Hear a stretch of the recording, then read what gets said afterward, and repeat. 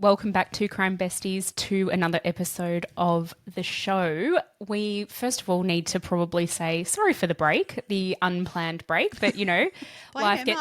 it's my fault. It's my fault. I'll take full responsibility for it. Too many holidays, not enough time. You know how things go. So, poor you. Yeah, poor me. It's a hard life.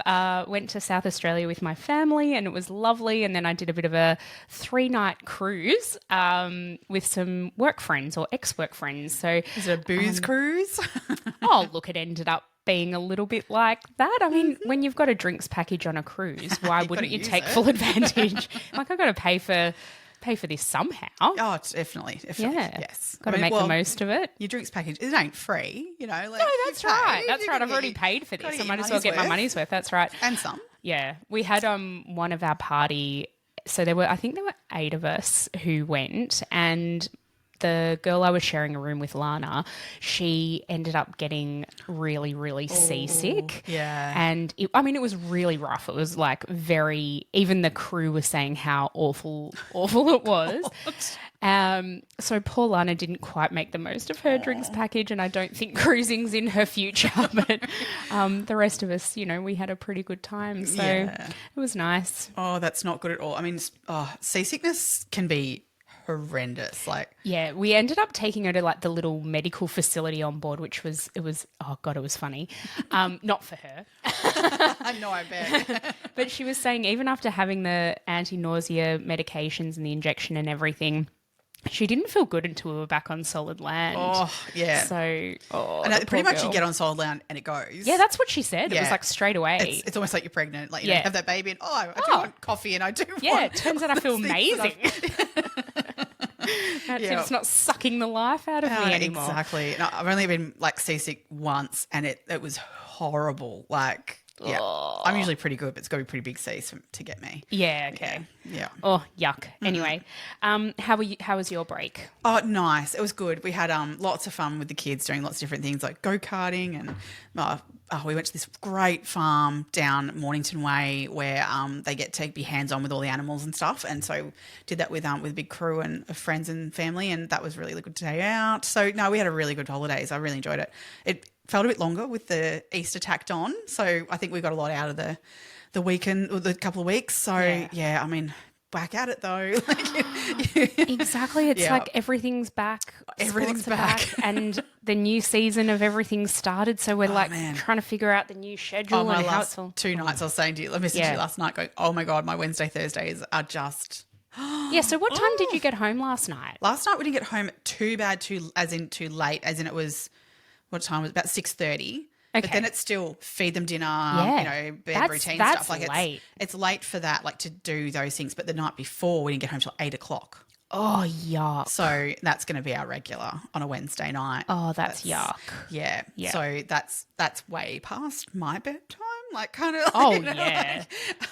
Is that like just takeaway as you're moving around between activities, or how are you going to manage that? I wouldn't be able to do anything in life, I think, without my mum. Oh, mums are the best. Yeah. So we've worked it out. I mean, she's gone away today herself on a cruise. So I mean, the next few weeks, I'm not going to use her, but I'll basically go to her place after school. She's going to have dinner for the kids at like 4 o'clock. Oh, that's for them the to best. have. So, but I found though that they eat like no worries, but because they then do 2 hours of sports running around, we finished up training and like, right, let's go to the car. I'm starving, Mum. Yeah. Like, so I still have to top them up again. So thankfully the canteen at where we train is open at that time of night. Yeah. And I'll probably be able to shove something at them Some from chips from there. The chips from there are so good. Yeah, they are really good. So yeah, they grab some of them on the way out.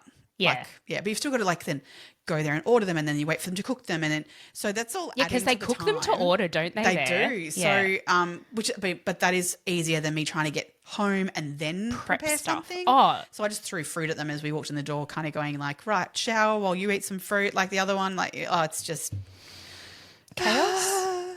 Kill me. Yeah, that's hard. To then back it up with not such a late night the next night, but still But then, chaos like, enough. if you're getting home at 6:30, by the time you cook dinner, it is still a late night for the kids. It is a late night for them. So, Yeah. it's going to be, look, the beginning of our week's nice and calm. So Yeah, take those days to really chill out and have a few early nights. yeah, so it's pretty mental, but we will survive. Yes, we will. Yep, they love it.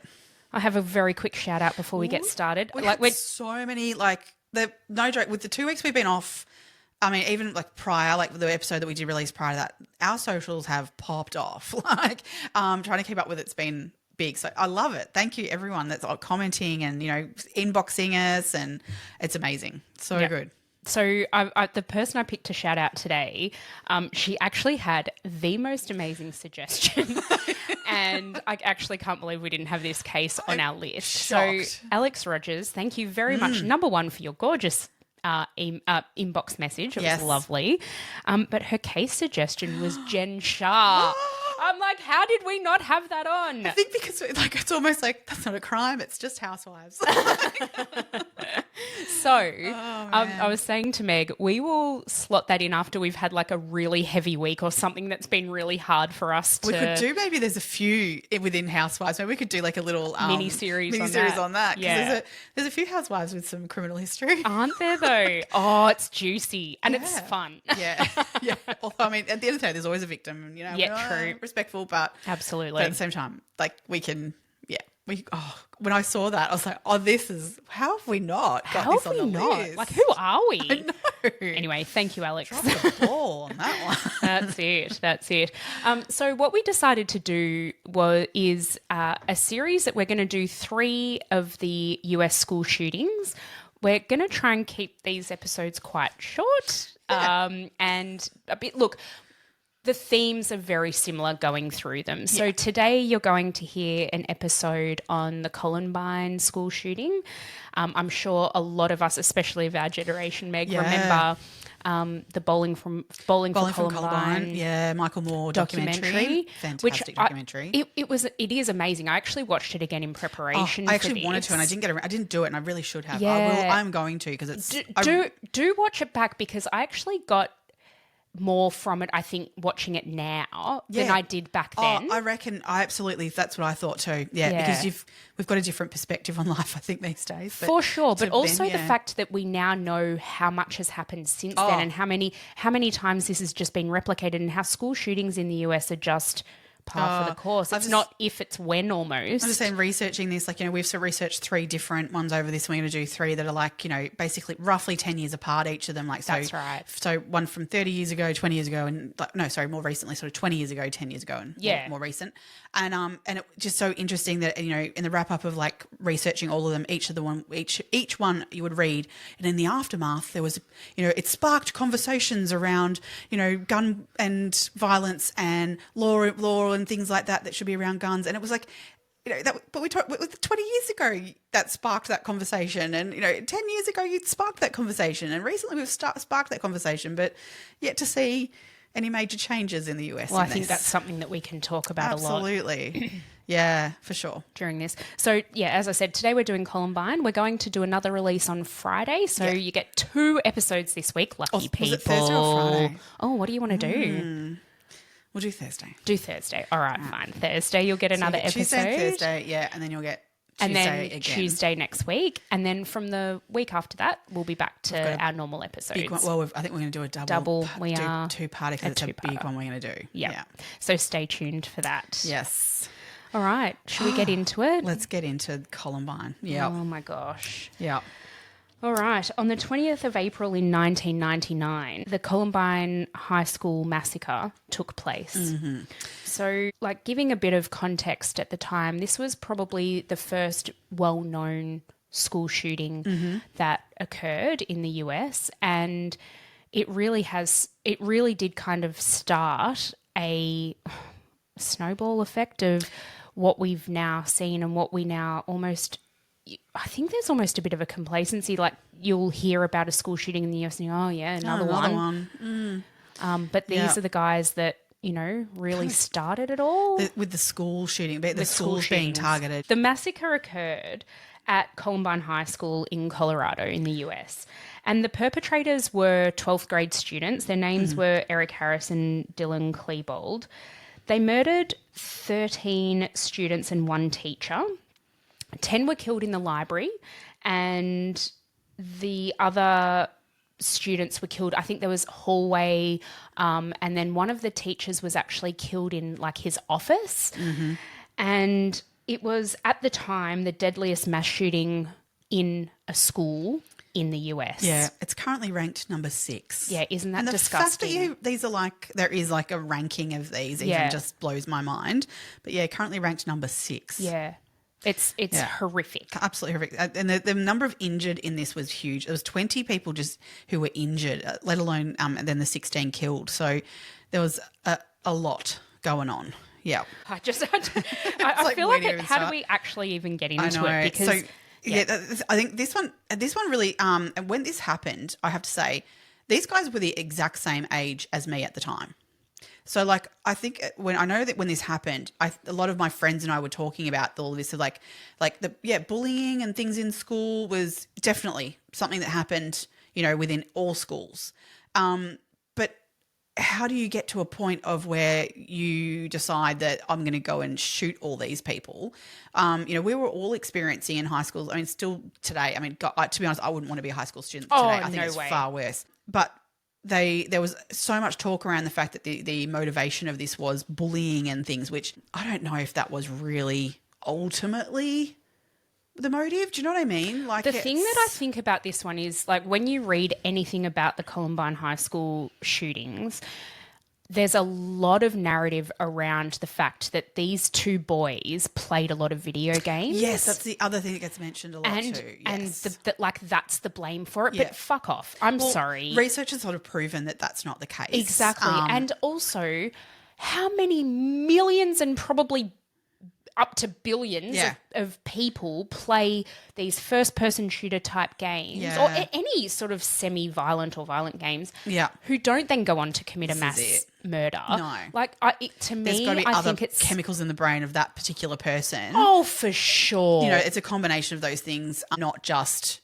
we played video games or he was bullied. I think you're right. I think that the bullying and the video games are actually more consequences of other chemical imbalances in the brain and like what the effect those things have on that person. Yeah, okay, that's an interesting take. I mean, that absolutely is possibly true. I mean, we don't know because the thing is these 2 perpetrators died by suicide at Columbine High School on the day they shot themselves, and I believe that was their plan all along. Yeah. What they actually planned to do was they drove their cars to Columbine High School, parked them in the parking lot, and they actually put bombs in the cars in the parking lot. And the cafeteria. And in the cafeteria.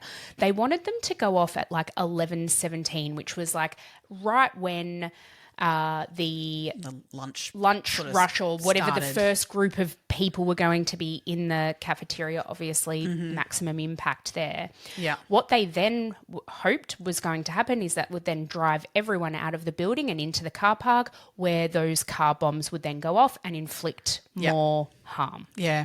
They planned on sort of also like shooting people as they were exiting the building as well. Like that was that's where they were aiming for.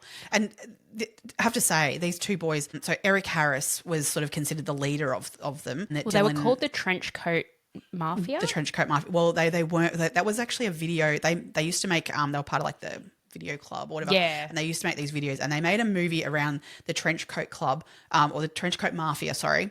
Now, they were not part of this group that were at school. Okay. They had friends who were in the Trench Coat Mafia. Right, okay. But they weren't specifically in it.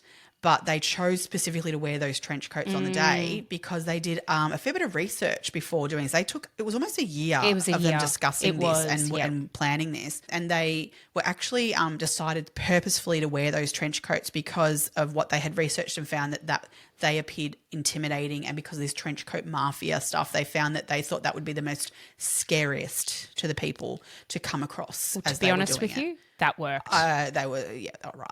They're right. And you'll find, and if you look too then since then, like because people sort of copycat this, that there are others who have worn similar. And there's kind of like, if you, when you think of someone who's doing a school massacre, unfortunately, that image does come to your mind of Absolutely. that trench coat and things. Yeah. I mean, it's a good way, I guess, for them to conceal weapons and that kind of thing. Yes. Which is what they did. They had their weapons in their trench coats. Well, I don't know if conceal is a way to I don't think they were hiding the fact that they were carrying those weapons. It was more just that had somewhere to carry them. Like, you know what I mean? Because they were quite happy to be at the start. They were, yes, because to get to get into school and Absolutely. to wait until the first bomb went off. Yes. Yeah. Yeah. Yeah. Unbelievable. Yeah. So on the way at sort of 6 a.m.-ish in the morning, they'd actually gone and purchased the what do you call it, propane they have in like gas tanks to be able to set these bombs off. So they had done that first thing in the morning and then driven to the school. And as you say, they were expecting these bombs to be going off sort of 11:17-ish at the school. But when they didn't go off, they failed. At 11:21, they just began to shoot people. Yeah, they were just like, oh, fuck it. We might as well just go for it ourselves. Yeah, they didn't. They just went in. So from the parking lot, they began shooting. They hit their first victim in the parking lot and near the school entrance. At 11:24. So I mean, this is the thing. It's all very quick. But it's the thing. Guns have that ability. Like it's open fire. Yeah. They both entered the building via the cafeteria at that point, 11:24. And they just began shooting. So students were hit in the cafeteria, as we said, and then in the hallways, they started moving towards the hallways. And the students, like there was 2,000 students at this school. Yeah, it's a massive school. So there was like a rampage of students trying to exit as quick as possible and find ways out. I can't even imagine how scared they all would have been to do that. I mean, so there were injuries that were sustained by students that weren't gunshot, because people were, there were pushing, getting multiple trampling injuries, like blunt force trauma type injuries because people were crushed by being trodden on and that kind of thing. Yeah. 11:29, they reached the library where they continued to target students. I believe that there were certain students they were looking for as well. That's right. They had a list of people of people that they wanted to target and people they absolutely wanted to eliminate during this, murder, during all of this. And the people on the list, it might have been because they said something wrong to them or ignored them, or there was apparently a boy on the list who, just because he was the quarterback and he was popular, and so they hated him. Yeah. And so they absolutely had people that they wanted to target.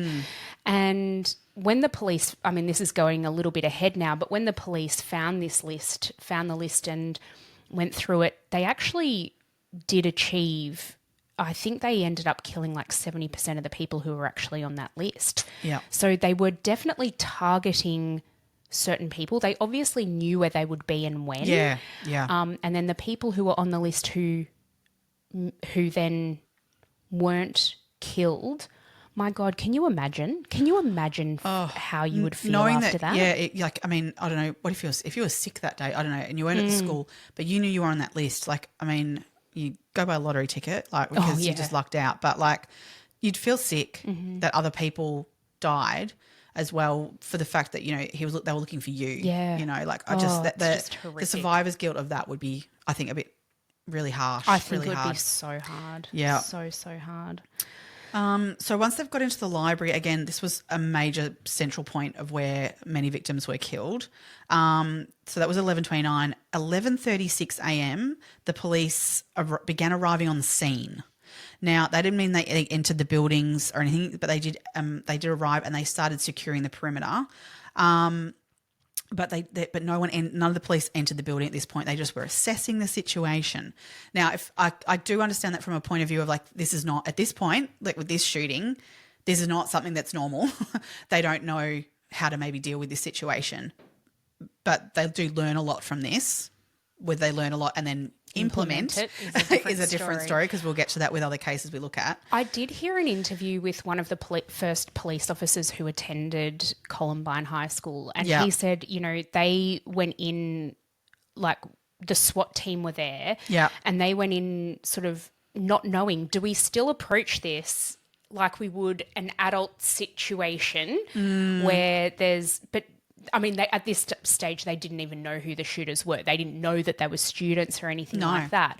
But they're like, they're like, this is a school. Like, do we have to change? Is there something different we need to do? So there were questions about that right from the get-go. And yeah, as you said, it has informed different procedures and protocols into the future. But you can understand some hesitation from these men and women who were the first responders, because it would have been a really tricky judgment call to make. Like, what's the right thing to do? No one actually knows. And you've got an active shooter situation. Like, oh God. And they didn't know how many there were either at this point. I mean, I think that was established pretty quickly because obviously students were running out and they were able to give first, witness reports to the police, who were sort of still standing outside trying to figure out what to do. Because the thing is too, and it's really hard, like you've got to protect the officers.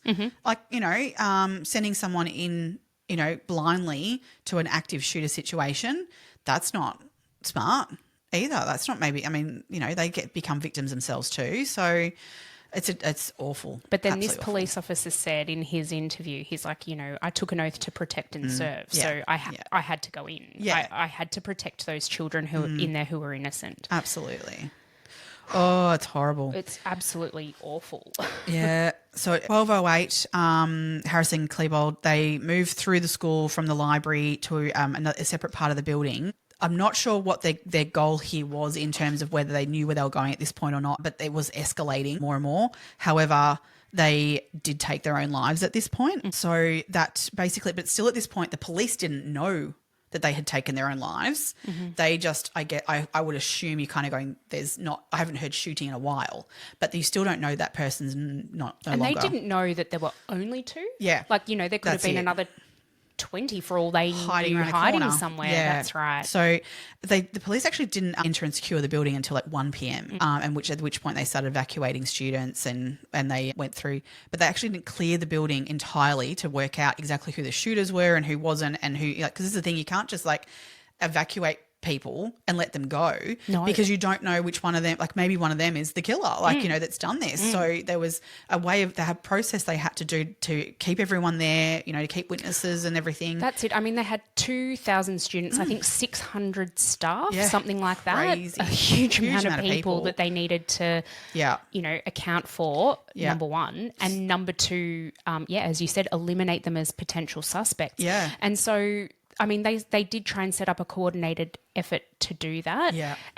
But as you said, that takes time. Absolutely. You can't just process that. And of course, so this is back before mobile phones really. This is back before, so people are getting the news either by word of mouth or they're hearing it on the radio. They're hearing it it was by this stage, it was on the midday or the afternoon news broadcast on TV. Yeah.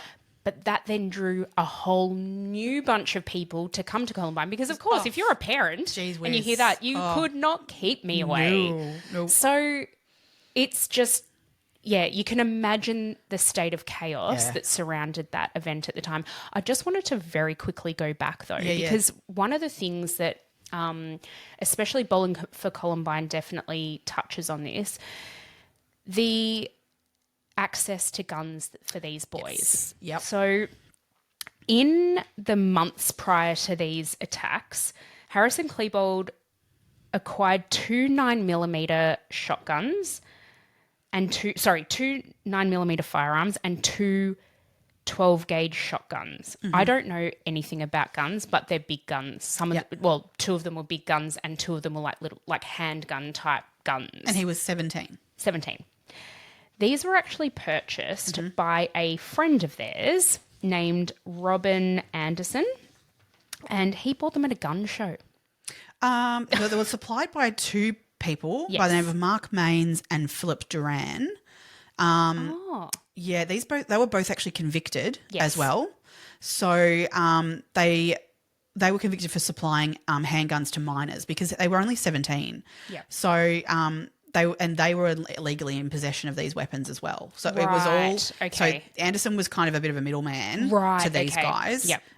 But so Maines received 6 years in prison, and Duran received 4.5 years in prison. Right. But there were other lawsuits that also came about. So there was financial ones as well, where they were held, their families were having to pay a lot of money to victims of families because as a consequence of their actions in this, because otherwise 17-year-olds, even in America, don't have legal rights to possessing guns. And so the fact that they had these guns, they weren't even like that they got them from their parents in their homes and stole them from them. No. They had sourced these from people. So there was a whole thing around that. Yeah. I think they met those blokes through their part-time job at a pizza parlor or something like that. Yeah. It's just absolutely crazy. They also just very quickly, the way, like they were looking up how to make bombs and all of that kind of stuff and putting bits and pieces together. Well, Eric had a whole website about it that he put together. Exactly. Yeah. It was on AOL. Yeah, all that. Yeah. 90s. Yeah, that's it. I didn't even know the internet in 99. Bit of a throwback. Absolutely. But yeah, so his website really went unnoticed basically for a long time until the thing that really sparked what brought it to some attention was that he posted a blog post of saying that all I want to do is kill and injure as many of you as I can, especially a few people like Brooke Brown. Brooke Brown's parents happened to see that on this website and they contacted police. Police actually had investigated the whole thing and had an affidavit, put a request in to have a search warrant of the household, of Eric's household. However, for some reason, it just never got submitted to a judge. Yeah, it never went anywhere. And so I don't know what happened there. So that could have potentially put a stop to all this, because the thing was, not only was once his website got a bit sparked like that, he knew, obviously, because it was investigated, he knew that he'd been looked at. He switched from using the computer to write his stuff to writing in notebooks. And the notebooks, holy crap. Oh my God. Yeah, you can actually see like photographic images of things that he, like, of those notebooks online. Yeah. Oh my God. So psychologists have thoroughly gone through those and looked at his writings. And it's been put forward that there's many psychologists, like highly thought of psychologists, believe that he would be considered a psychopath, with many other underlying narcissistic personality traits, borderline personality, antisocial personality, like it combined with all of that. So there's a lot going on for him, and that's, I think, what we were saying before, that he's saying, you know, society is saying that bullying's to blame and that video games are to blame, when actually ultimately he had a personality trait and psychopathy that were underlying, that probably then led to other people finding him strange and odd and therefore bullying, which I'm so not defending that is the way people should be dealt with, but that's probably where that came from. And the video games became an interest because he was a psychopath. Yeah. So it's not that those things aren't necessarily what created, cause and effect, exactly. What went on. I think he would have gone down that path regardless. Yeah. Could there have been interventions? Potentially. Yeah, like what were his parents seeing? And they were a military family who moved around a lot. So I mean that seems to be, there's somewhat of a pattern in. I'm not saying again that everyone that moves around a lot becomes a psychopath or anything, but there's socially that's really difficult. Impact socially, and if you maybe have some kind of mental illness, that would potentially make, you know, making friends more difficult and putting down roots and that kind of thing. You know, that would be more challenging. Yeah. Yeah. The other thing that came out of his writings that I found really interesting was that he had quite a fetish for bondage and a foot fetish. Oh, yeah. He wrote, my humanity has a foot fetish and bondage extreme liking. I try to thwart it.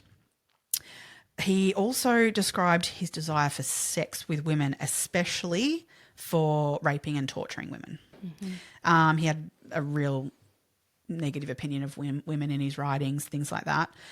He also expressed an interest in cannibalism.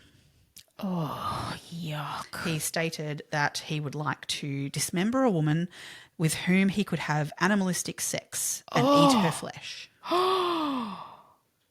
Oh, yuck. So I think that it was probably good that he said goodbye to himself. Yeah. They saw he had some very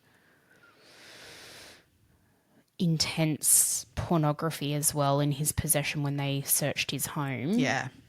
And it was maybe not to the point of cannibalism, but it was certainly sort of the torture of women. Yeah. Depicted in that pornography. Yeah. Yuck. Yeah. So I think for Dylan, unfortunately, I think he got caught up with him. He was he was easily influenced.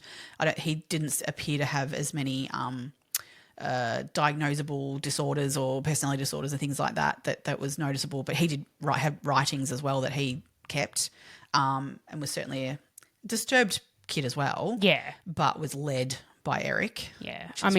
He was the ringleader for sure. Yeah. Whether or not he would have done that if Eric hadn't come into his life, don't know. Yeah. Oh gosh. Very awful. Very, very awful. But at the end of all of this, I mean, as we were saying,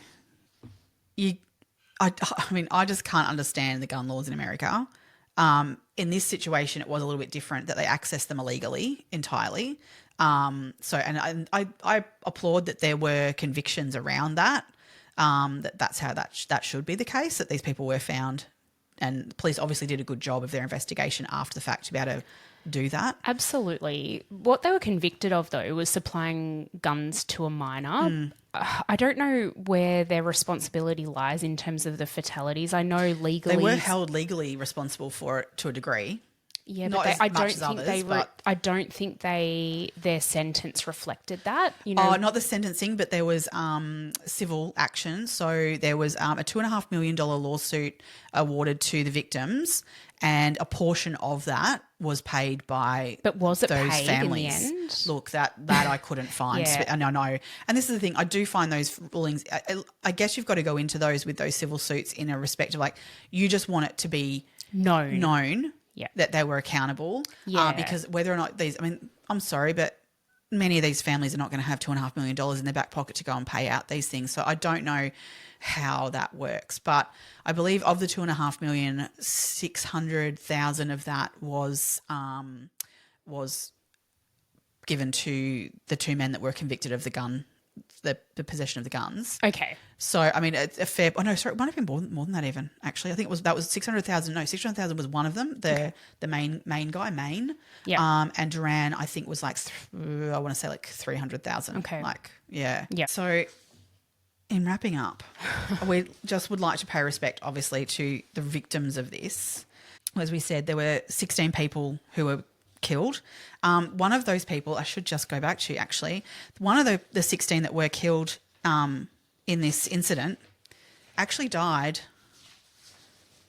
I want to say 26 years after. Yes, 26 years after the shooting. Yeah. So Anne-Marie Hochholter? Yeah. Hochholter? I hope I'm saying that right. I think it's Hochholter. So she was shot in the chest and back and confined to a wheelchair after the shootings. She was actually, it was really sad. Her mother actually committed suicide too in 2009, and she used a gun to do that, which I just sort of feel like that's too awful. much. Awful. That poor girl, and she actually was quite an advocate for gun laws and all these sorts of things too. She was quite an activist, which was really good on her. But apparently the doctors actually said that her wounds were the worst they saw on that day. Of those that survived, obviously. And they couldn't believe she survived as long as she did. Shocked that she survived. So on February 16th, 2025, so only earlier this year, she died at the age of 43. She died due to sepsis, which were complicated by the 2 gunshot wounds that she had received, which is just tragic. So that's really sad. But it goes to show that these shootings, they are not a one-day event. You know, this woman has lived yes, 26 years, and she would be grateful for every one of those days, I am certain, but it's impacted her life hugely, and not just hers, then everyone else's around all of this. So there's a podcast called Confronting Columbine, Yeah. and it's made by one of the survivors by the name of Amy Evans. Yep. And it's a fairly recent podcast, but she talks about it. You know, she's an adult now, she's got her own children, but she talks about it like it happened to her yesterday. And she just says, I have to live with this every single day. It's not something that will ever leave me. No. And so I think this is one of those ripple effect type situations where the actual toll of this is untold. That you could never quantify it because so many people were affected by it. Think about the first responders. Think about, you know, all of the staff and students and their families and even the community, you know. It's just... Or the fear that you would have of going to school, which no kid should be scared of going to school. Well, every American child is probably fearful of, or at least has this in the back of their mind. Totally. You know, they do active shooter drills and that kind of thing in schools these days. Like, that's crazy. Yeah. So the first fatality was Rachel Scott. Yep. She was aged 17 and was killed on the grass outside the West Entrance by Harris. Yep. Daniel Robor was 15. Killed at the bottom of the stairs leading to West Entrance by Harris. Then we had Anne-Marie Holcutter, which we've already spoken about. Next, we have William David Sanders. So he was actually a sports coach. He was the basketball coach for the school. Apparently, he was such a lovely man. Like, you know, all of his students really looked up to him, and he was one of those people who had a heart of gold. Students would go to him for so many different things, for counselling and that kind of thing, and he was just a really genuinely lovely teacher and loved doing what he did. He was shot in the hallway adjacent to the library by Harris, and he died of blood loss in a science classroom. Awful. Kyle Velasquez was 16 and killed sitting in a chair near the middle of the North computer lab by Dylan. Then we have Stephen Kerno, who was aged 14, killed in the west end of the South computer table in the library by Harris. And Cassie Burnell was aged 17 and killed under a library table by Harris. And then Isaiah Scholes, aged 18, killed under the library table by Harris. Matthew Kechter, 16 and killed under a library table by Klebold.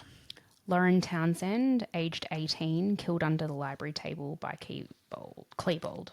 And then John Tomlin, aged 16, killed under the library table by Klebold after being also wounded by Harris. Kelly Fleming, aged 16, killed next to the library table by Harris. Daniel Mauser, aged 15, killed under a library table by Harris. Corey DePuta, aged 17, killed under the library table by Klebold. And then the shooters killed themselves, and they add up to the 16 that were killed. I mean, just horrific. Awful. Absolutely horrific. Heart goes out to all their families and friends. And the people who are still living with this day, you know, day in and day out. There is a memorial to all of the victims at the site, at the school, and apparently it's quite a powerful, imposing almost, you know, remembrance to all of those, or tribute to all of those who died. We can probably get into this in one of the next two episodes, because I just noticed this one's already gone way longer than what we thought. But what the fuck? Oh, yeah. Yeah. What the fuck? Yeah, absolutely. Right. Stay Two curious. more sleeps, guys, and we'll release the next one. Absolutely. Till then, stay curious, crime besties. Bye.